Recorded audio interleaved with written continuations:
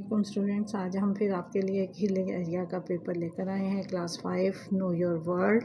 आप इसमें भी आपके पास सेक्शंस होते हैं, section A, section B and section C. Section A objective है, सेक्शन बी शॉर्ट क्वेश्चंस हैं एंड सेक्शन सी जो है वो आपके पास लॉन्ग क्वेश्चंस का होता है। अब हम पेपर को डिस्कस करते हैं, सॉल्व करते हैं। पार्ट ए है आपके पास, सर्कल द करेक्ट आंसर। पहला आपके पास है जी, the prime meridian is, prime meridian क्या होता है? वो लाइन ऑफ लॉन्गिट्यूड्स होती हैं जिसको हम प्राइम मेरिडियन कहते हैं। तो आपने उसको सर्कल कर देना है। अब आपके पास हेमिस्फेयर, लाइन ऑफ लैटिट्यूड और पोल, ये भी ऑप्शंस हैं, लेकिन सही जो करेक्ट आंसर है वो है line of longitude. Detailed map showing the boundaries of the country. जो map boundaries of the country को शो करता है वो कौन सा मैप होता है? वो पॉलिटिकल मैप होता है, राइट। सेकंड आपके पास अब थर्ड वन है, देखें बाकी जो है वो क्लाइमेट है, तो क्लाइमेट तो फिज़िकल फीचर को नहीं साइड कर रहा होता ना, रोड्स वगैरह, रोड्स नहीं शो कर रहा होता, टूरिस्ट उसको नहीं शो करता। तो जो डिटेल्ड मैप होता है वो आपका पॉलिटिकल मैप कहलाता है।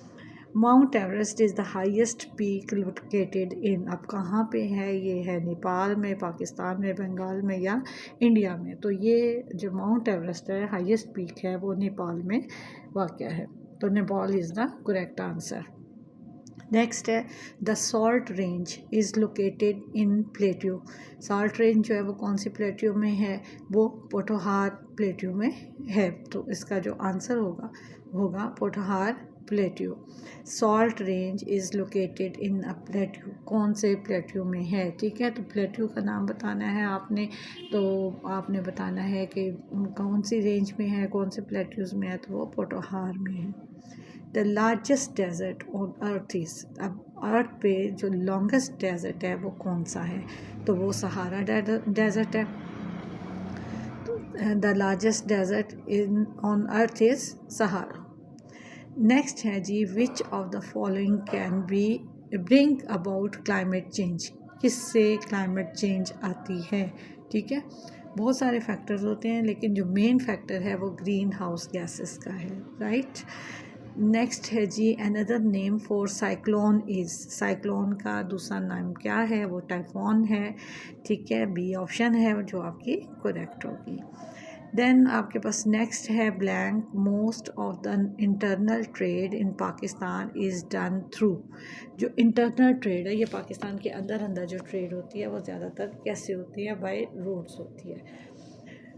नेक्स्ट आपके पास जो 9th नंबर है वो है जी आपके पास, the rise in price of goods and services in the market is called. जब प्राइसेस में राइज आ जाता है, सर्विसेज की जो पेमेंट है उसमें राइज आ जाता है, तो मार्केट में उसको क्या कहते हैं? उसको इन्फ्लेशन कहते हैं, ठीक है। नेक्स्ट है आपके पास, the state bank of Pakistan is known as. अब state bank of Pakistan is known as HPL, bank दौलत, नेशनल बैंक और लिमिटेड बैंक।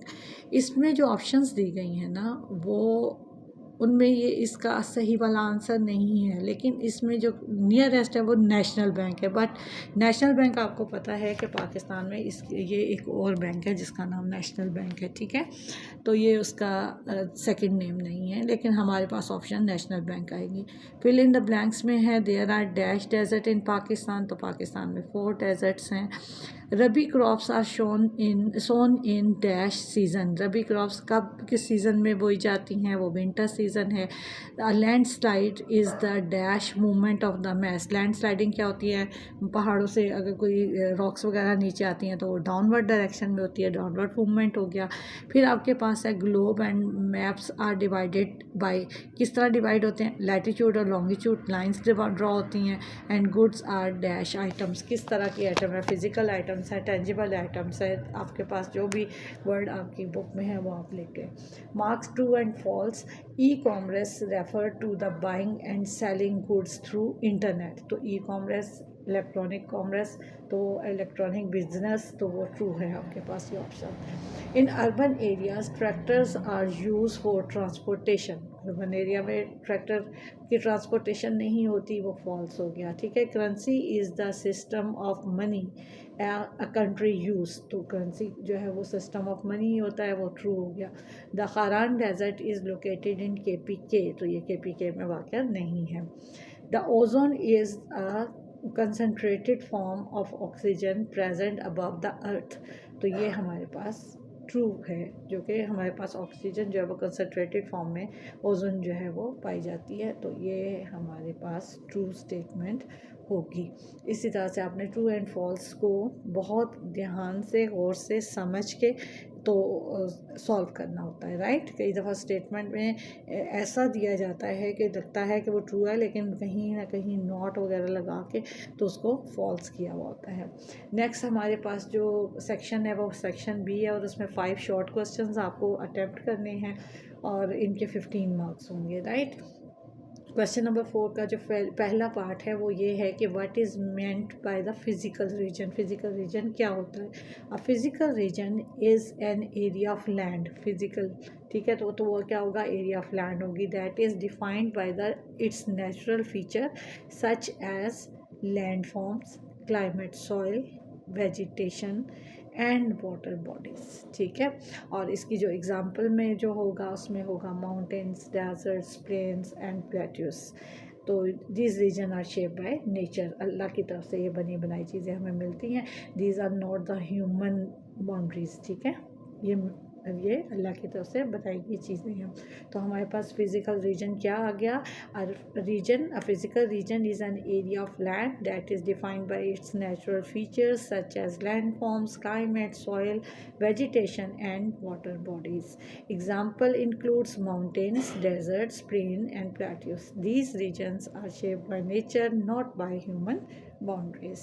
इसका आंसर जिस तरह भी आपने अपने उसमें किया हुआ है सिलेबस में, आप उसी तरह से इसको अटैम्प्ट करेंगे। It is just an example, right, आपको दी गई। सेकेंड क्वेश्चन है explain the difference between the weather and climate.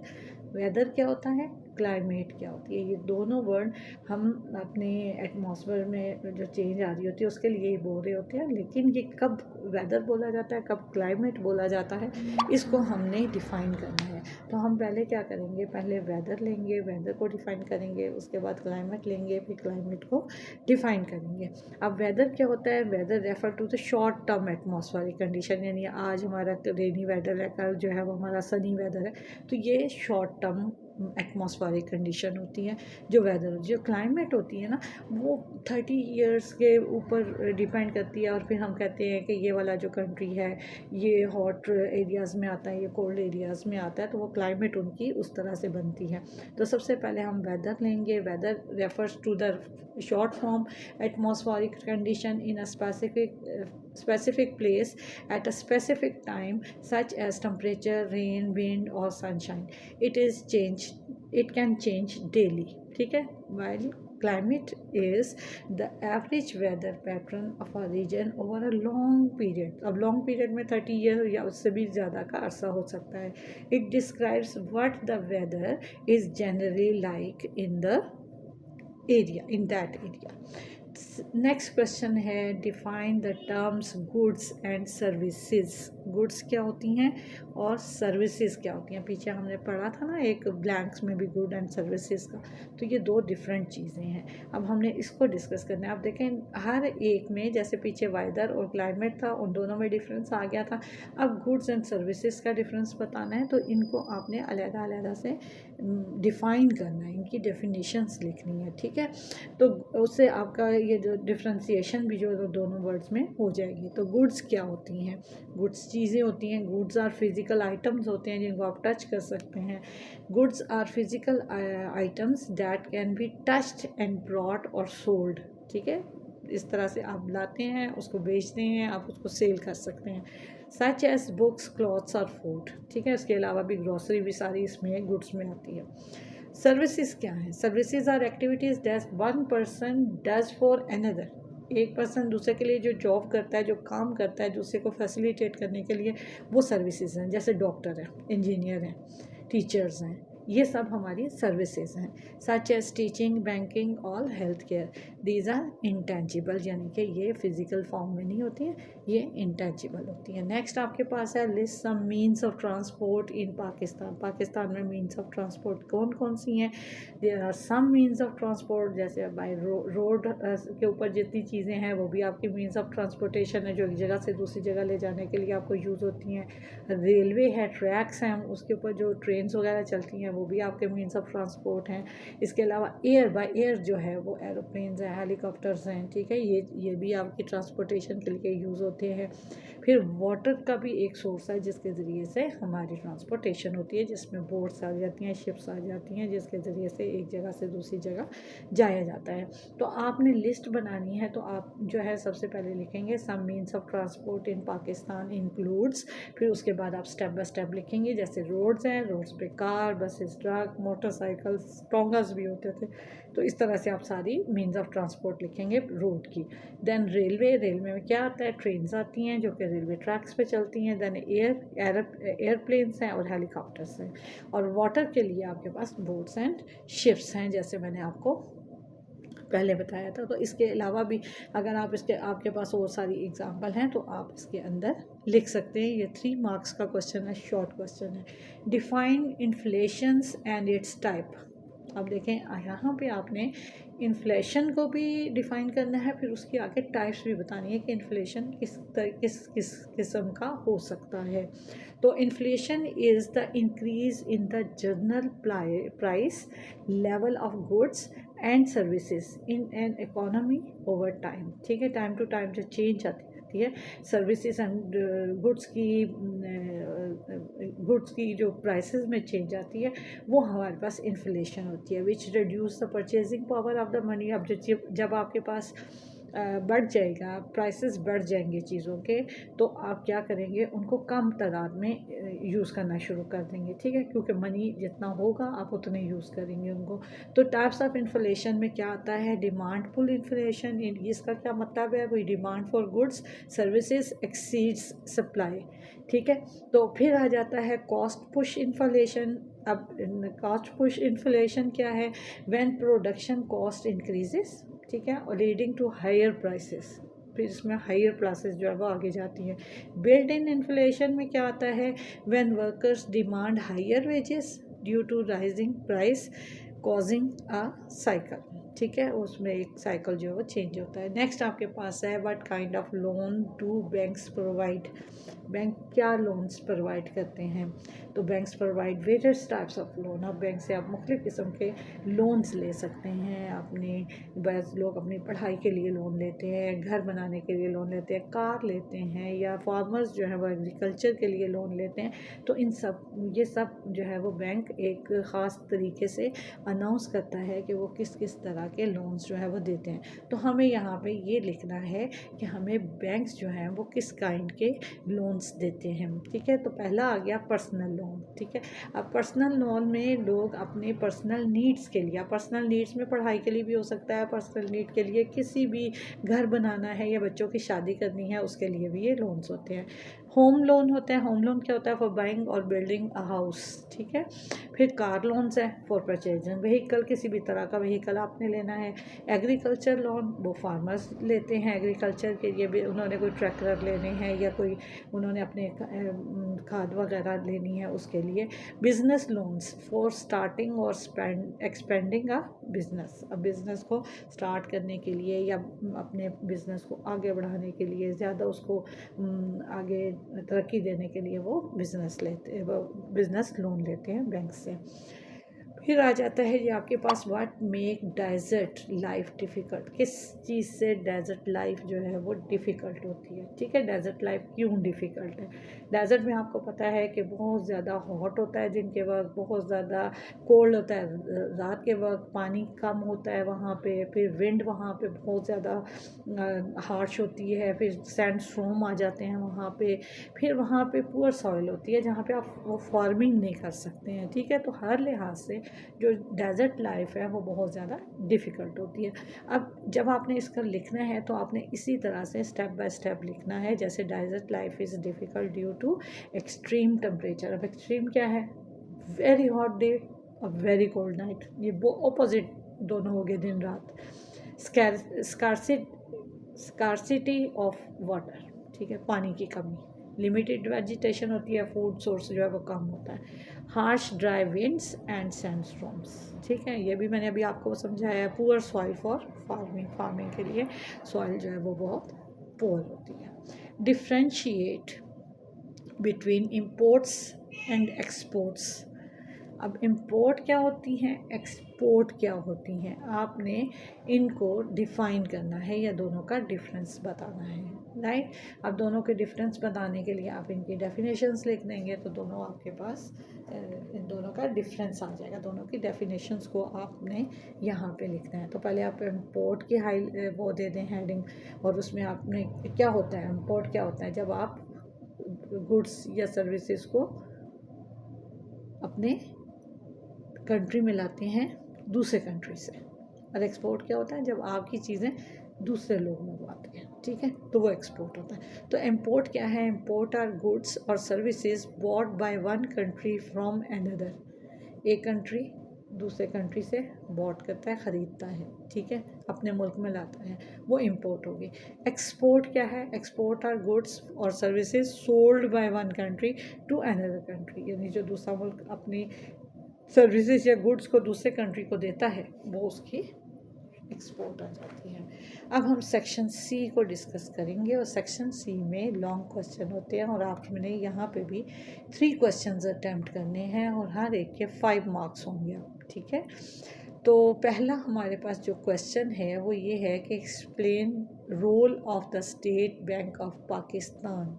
State bank of Pakistan का रोल क्या है, उसके क्या काम है, या वो हमारे लिए क्यों इम्पोर्टेंट है, वो क्या सर्विसेज प्रोवाइड करता है, ये सब कुछ आपने इसके अंदर लिखना है, ठीक है। स्टेट बैंक जो होता है वो हेड ऑफ द बैंक्स होता है, ठीक। तो हम इसको जब डिस्कस करेंगे तो हम इसको बाय पॉइंट्स भी कर सकते हैं, और बाय आप इसको एक पैराग्राफ में भी लिख सकते हैं। तो स्टेट बैंक क्या काम करता है, the state bank of Pakistan is central bank of Pakistan. जी, सेंट्रल बैंक होता है, मेन बैंक होता है। इट मेन्स रोल्स आर, अब इसके रोल्स जो है वो क्या क्या हैं। इशूइंग करेंसी, सबसे पहली बात तो यह है कि करेंसी हमारी हमेशा स्टेट बैंक से ही आती है। It prints and regulates a country currency, Pakistani में जैसे रुपीज़ हैं, दूसरे कंट्रीज़ में दूसरे हैं। कंट्रोलिंग इन्फ्लेशन, ये कंट्रोल करता है इन्फ्लेशन को। It adjust interest rate and control money supply to keep price stable. फिर है सुपरवाइजिंग बैंक, अब बाकी जो बैंक्स होते हैं उनकी सुपरवाइजिंग भी ये करता है कि वो सही रेगुलेट कर रहे हैं या नहीं कर रहे हैं। It regulates and monitor commercial bank to ensure they operate safely. फिर मैनेजिंग फॉरेन एक्सचेंज, जो फॉरेन एक्सचेंज होता है डॉलर वगैरह, उसको भी ये मैनेज करता है। गवर्नमेंट बैंक को ये देखता है, और इकोनॉमिक स्टेबिलिटी को भी ये चेक रखता है। फिर है आपके पास describe importance of CPEC for Pakistan. अब सी पैक की क्या अहमियत है, आपको पता है सी पैक क्या होता है, चाइना पाकिस्तान इकोनॉमिक कॉरिडोर है। ये is a major development project between Pakistan and China, ठीक है। इट्स इम्पोर्टेंस इंक्लूड, इसकी इम्पोर्टेंस है क्या, सबसे पहला क्या है, इंफ्रास्ट्रक्चर डेवलपमेंट। आप देखेंगे जितनी ज़्यादा हमारे पोर्ट के ऊपर, जैसे ग्वादर वाली साइड के ऊपर जितनी ज़्यादा रोड, रेलवे, स्पोर्ट्स और ये सारी बन रही हैं, वो हमारी सी पैक का हिस्सा हैं। तो building roads, railway and ports to improve transportation. Second क्या है, एनर्जी प्रोजेक्ट्स देते हैं ये, setting up power plants to reduce electricity shortage. फिर economic growth, creating jobs and boosting trade in the country. Regional connectivity है इनकी, linking Pakistan to central Asia and the middle east through Gwadar port. फिर है जी foreign investment है कि bringing billions of dollar to China investment in to Pakistan. तो वहाँ से इन्वेस्टमेंट लाते हैं और पाकिस्तान में लगाते हैं, इससे हमारे जो फॉरेन इन्वेस्टमेंट है वो ज़्यादा होती है। सोशल डेवलपमेंट क्या है, improving education, health, living standard and undeveloped area, ठीक है, इन अनडेवलप्ड एरिया। ये सब जो थे जो सी पैक्स की इंपॉर्टेंस थे। List any 2 types of natural disasters and explain their causes. इन्होंने कहा है कि कोई से भी 2 नेचुरल डिज़ास्टर ले लें और उनको आप डिस्कस करें। तो यहाँ मैं आपके पास अर्थक्वेक और फ्लड, जो कि हम जिससे बहुत ज़्यादा फैमिलियर हैं, बच्चे भी फैमिलियर हैं, तो उसको हम यहाँ पे डिस्कस कर लेंगे। उन्होंने 2 टाइप के नेचुरल डिज़ास्टर कहाँ है, तो पहला हम अर्थक्वेक ले लेते हैं। वो क्यों कॉज करता है? Sudden movement of tectonic plates होती हैं बीनीथ द अर्थ सरफेस, वो आपस में जब कोलाइड करती हैं या एक दूसरे के ऊपर आ जाती हैं तो ये अर्थक्वेक्स होते हैं। वॉल्केनिक एक्टिविटी और ह्यूमन एक्टिविटीज़ लाइक माइनिंग और डैम कंस्ट्रक्शन, इससे भी अर्थक्वेक्स जो है वो आते हैं। फ्लड क्या है? Flood causes heavy rain over a short period, melting of snow और ग्लेशियर, ब्रोकन डैम्स और poor drainage system, deforestation which reduces the land's ability to absorb water. ये तो था जी आपके पास नेचुरल डिज़ास्टर, कोई से दो नेचुरल डिज़ास्टर जिनको आपने डिस्कस करना था। आप दूसरे जो है उनको भी इसी तरह से डिस्कस कर सकते हैं, ज़रूरी नहीं कि अर्थक्वेक और फ्लड को ही आप लें। ठीक है, नाउ नेक्स्ट क्वेश्चन और last question, describe ways in which global warming can be reduce. Global warming को आप कैसे रिड्यूस कर सकते हैं? फर्स्ट वन क्या है? यूजिंग रीन्यूएबल एनर्जी, यानी स्विचिंग टू सोलर पैनल पे चले जाएं, wind and hydro power instead of fossil fuel, इससे भी हमारी ग्लोबल वार्मिंग में कमी आएगी। प्लांटिंग ट्रीज, ये तो आपको पता है कि प्लांटिंग, जितने ज़्यादा प्लांट आप ट्रीज जो हैं वो प्लांट करेंगे तो उतने ही ज़्यादा आपकी एटमॉस्फेयर क्लीन होगी। Forest absorb carbon dioxide from the atmosphere. Saving energy, यानी कि turning of light and electronics when not in use, जब आप बाहर निकले उस वक्त स्विच ऑफ कर दें। यूजिंग एनर्जी एफिशिएंट अप्लाइंसेस, ठीक है। फिर है रिड्यूसिंग व्हीकल पोल्यूशन, ये जितने भी हमारी गाड़ियाँ उनके पोल्यूशन को ख़त्म करने के लिए using public transport, car pooling, cycling और electric vehicles. Recycling and reusing, ठीक है। अब reduce waste sent to landfills which produces methane gas, उससे फिर आपकी रिसाइकलिंग हो जाती है। Spread awareness, educating people about climate change and encouraging eco friendly habits, ठीक है। फिर गवर्नमेंट पॉलिसीज़ आ जाती हैं कि enforcing law to limit industrial pollution and protect the environment. तो ये था जी आप लोगों का पेपर आज का।